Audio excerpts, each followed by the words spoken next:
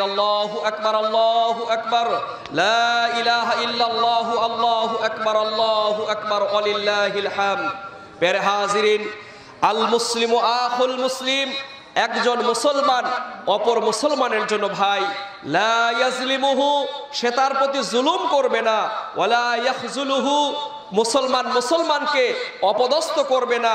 ওয়ালা ইয়াহকিরুহু, মুসলমান মুসলমানকে তুচ্ছ তাচ্ছিল্য করবে না। আত্তাকওয়া হাহুনা, আল্লাহর নবী বলছেন আল্লাহর ভয়টা হচ্ছে এই জায়গায়। ইশুরু ইলা সাদরিহি সালাসা মাররাতিন, আল্লাহর রাসূল সাল্লাল্লাহু আলাইহি ওয়াসাল্লাম তার বক্ষের দিকে আঙ্গুলি নির্দেশ করলেন 3 বার যে আল্লাহর ভয়টা হচ্ছে এই জায়গায়, আল্লাহর ভয় হচ্ছে এই জায়গায়।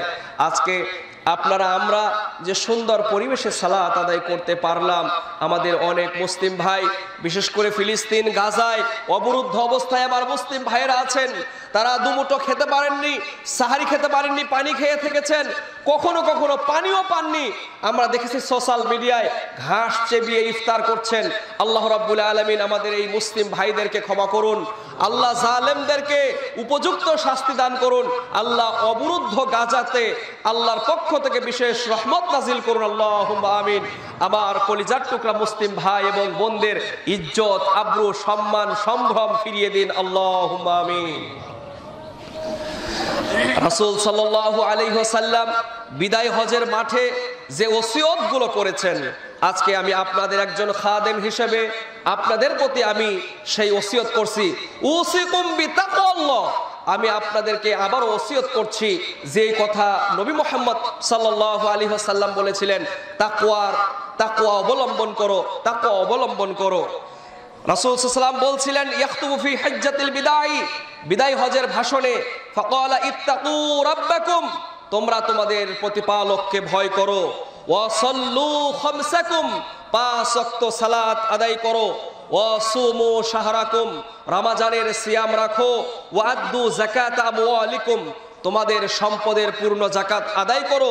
ওয়া আতিউ যা আমরিকুম, তোমাদের উলিল আমর বা নেতাকে তোমরা মান্য করে চলো।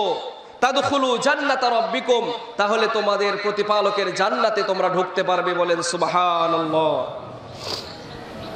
তাই আমি বলতে চাই, আল্লাহর যাবতীয় নির্দেশকে প্রতিপালন এবং নিষিদ্ধ বিষয়কে পরিহার করার নামই হচ্ছে তাকওয়া। আল্লাহ রাব্বুল আলামিন আমাদের সর্ব অবস্থায় তাকওয়া অবলম্বন করার তৌফিক দান করুন, আল্লাহুম্মা আমিন। সাথী নির্বাচন করার ক্ষেত্রে, বন্ধু নির্বাচনের ক্ষেত্রে যারা সৎ, সুন্দর এবং চরিত্রবান তাদেরকে বন্ধু হিসেবে গ্রহণ করার নির্দেশ দিচ্ছি। যেমন রাসূল সাল্লাল্লাহু আলাইহি ওয়াসাল্লাম বলেছেন, লা তুসাহিব ইল্লা মুমিনান, মুমিন ছাড়া তোমরা কাউকে বন্ধু হিসেবে গ্রহণ করো না। ওয়ালা ইয়াকুলু তুআমাকা ইল্লা তাকিয়ুন, আল্লাহওয়ালা পরহেজগার মানুষ ছাড়া তোমাদের খাবারে যেন অন্যরা অংশগ্রহণ না করে। তার মানে দাওয়াতের ক্ষেত্রে, খাওয়ানোর ক্ষেত্রে, বন্ধু নির্বাচনের ক্ষেত্রে আমরা সামাজিক অবস্থান বিবেচনা করব না, বরং দেখব লোকটি তাকওয়াবান কিনা, আল্লাহওয়ালা কিনা, হোক তিনি গরিব, হোক তিনি বড়লোক। আত্মীয়তা করার ক্ষেত্রেও আমরা তাদেরকে এই তাকওয়া, আল্লাহওয়ালা, দিনদার, পরহেজগারিতাকে প্রাধান্য দিব। আল্লাহ রাব্বুল আলামিন আমাদেরকে সৎ, সুন্দর বন্ধু নির্বাচন করা তৌফিক দান করুন, আল্লাহুম্মা আমিন। মানুষের অপরাধকে ক্ষমা করে দিব, অন্যায় করলেও ক্ষমা করে দিব। রাসূলুল্লাহ সাল্লাল্লাহু আলাইহি ওয়াসাল্লাম তার সহচরকে 70 বারেরও বেশি, 100 বারেরও বেশি ভৃত্যকে, চাকরকে ক্ষমা করে দিতে বলেছেন। তাই আমাদের অধীনস্থে যারা কাজ করেন, আমরা তাদের ত্রুটি বিচ্যুতিগুলোকে মার্জনা করব, তাদের সাথে আমরা ভ্রাতৃত্বপূর্ণ সম্পর্ক তৈরি করব। আল্লাহ আমাদের সেই সুযোগ দান করুন, আল্লাহুম্মা আমিন। নিজেরা নিজেদের পাপের জন্য আল্লাহর কাছে ক্ষমা চাইব। নবী মুহাম্মদুর রাসূলুল্লাহ সাল্লাল্লাহু আলাইহি ওয়াসাল্লাম নিজে দৈনিক 70 বার, কোন বর্ণনায় আসছে 100 বার আল্লাহর কাছে ক্ষমা চেয়েছেন। রাসূল সাল্লাল্লাহু আলাইহি ওয়াসাল্লাম বলেন, ফা ইন্নাল আবদা ইযা ইতারাফা, যখন কোনো মানুষ তার পাপ করার পর আল্লাহর কাছে নিজের পাপকে স্বীকার করে ক্ষমা চায়, সুম্মা তাবাল্লাহু তাবা আলাইহি, আল্লাহ রাব্বুল আলামিনের কাছে ক্ষমা চাইলে আল্লাহ ওই বান্দার গুনাহগুলোকে মাফ করে দেয়। সুতরাং পাপ তো আমরা করেছি, অন্যায় আমরা করেছি, ক্ষমা করার মালিককে আল্লাহ রাব্বুল আলামিন। আল্লাহ আমাদের ক্ষমা করে দিবেন। ইন্নাল্লাহা তাআলা ইয়াবসুতু ইয়াদাহু বিল্লাইলি, আল্লাহ প্রতিদিন তার হাতকে দিনের বেলায় প্রসারিত করেন। লিয়াতুবা মুসিউন নাহার, রাত্রে আল্লাহ তার হাতকে, ক্ষমার হাতকে সম্প্রসারিত করেন, যাতে দিনে সংগঠিত পাপকারী ব্যক্তির গুনাহগুলোকে আল্লাহ মার্জনা করতে পারেন। সুবহানাল্লাহ। অনুরূপভাবে ওয়ায়াবসাদু ইয়াদাহু বিন নাহারি, দিনের বেলাও আল্লাহ রাব্বুল আলামিন তার ক্ষমার হাতকে সম্প্রসারিত করেন, যাতে করে লায়াতুবা মুসিউল লাইল, রাতের পাপ অর্জনকারী ব্যক্তিকে আল্লাহ রাব্বুল আলামিন ক্ষমা করে দিতে পারেন। হাত্তা তাতলু আশ-শামসু মিন মাগরিবিহা, এই কার্যক্রম দুনিয়ার শুরু থেকে নিয়ে কিয়ামতের আগ পর্যন্ত এই ক্ষমার কার্যক্রম আল্লাহ রাব্বুল আলামিন চালাতেই থাকেন। সুতরাং আল্লাহ রাব্বুল আলামিন আমাদের গুনাহ খাতা মাফ করবেন এই বিশ্বাসে আশা রাখি। আল্লাহ রাব্বুল আলামিন আমাদের যেন যাবতীয় গুনাহ খাতাগুলোকে মাফ করেন, আল্লাহুম্মা আমিন। পরবর্তী দিনে আমাদের করণীয় কি?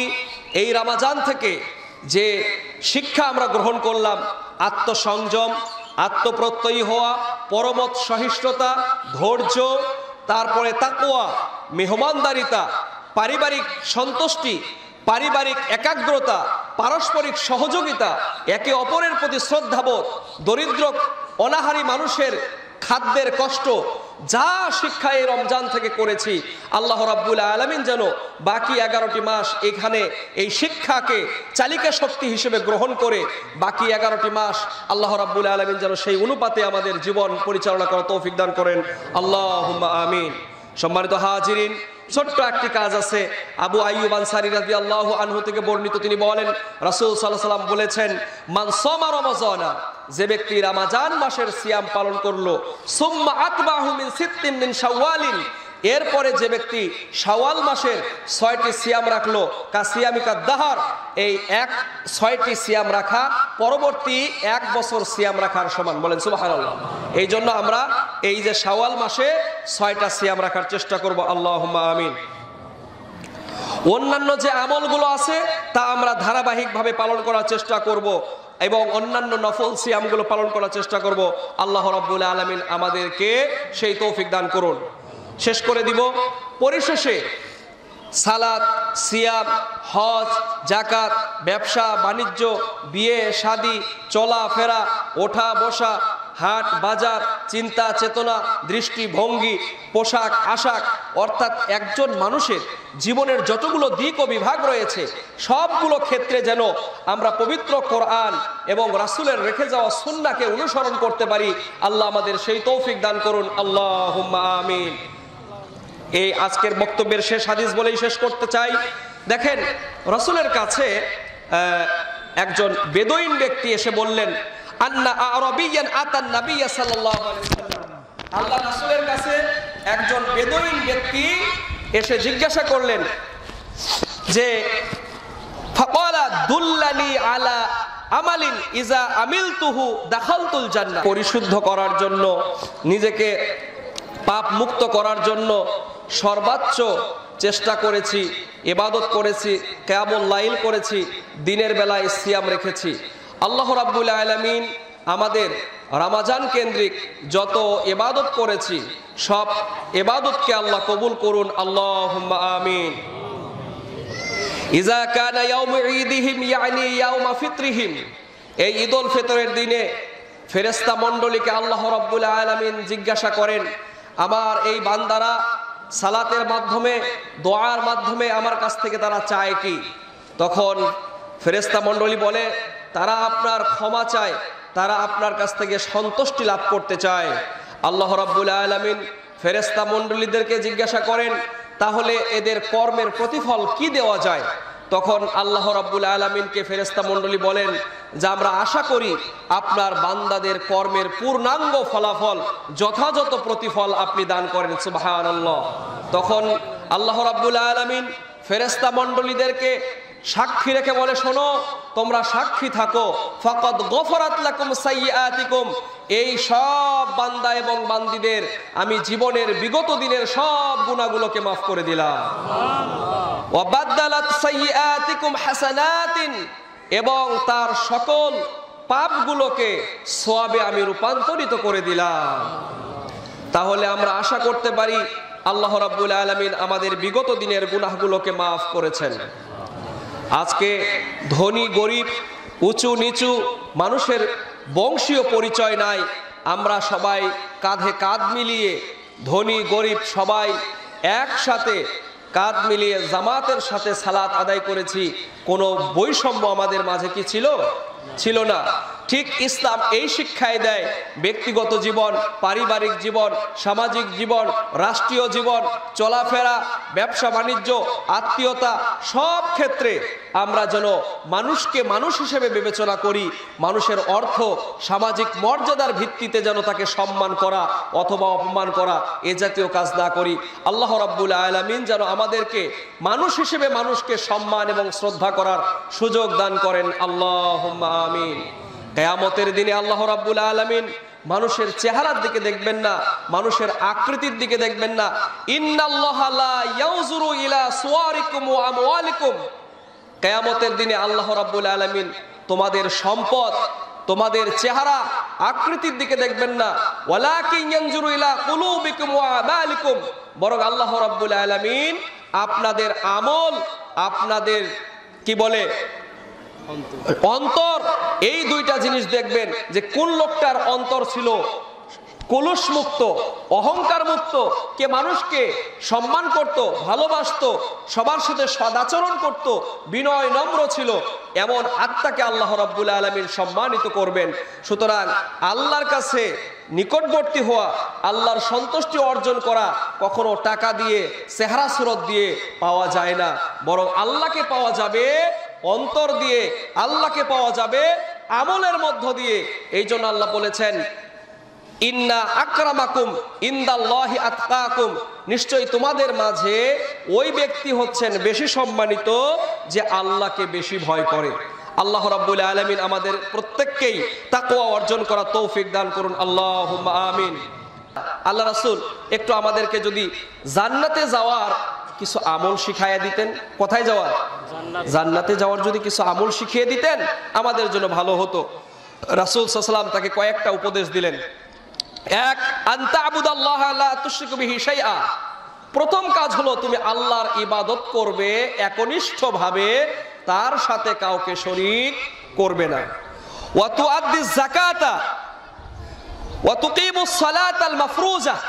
তুমি ফরজ সালাত সময় মতো আদায় করবে, ফরজ যাকাত প্রদান করবে।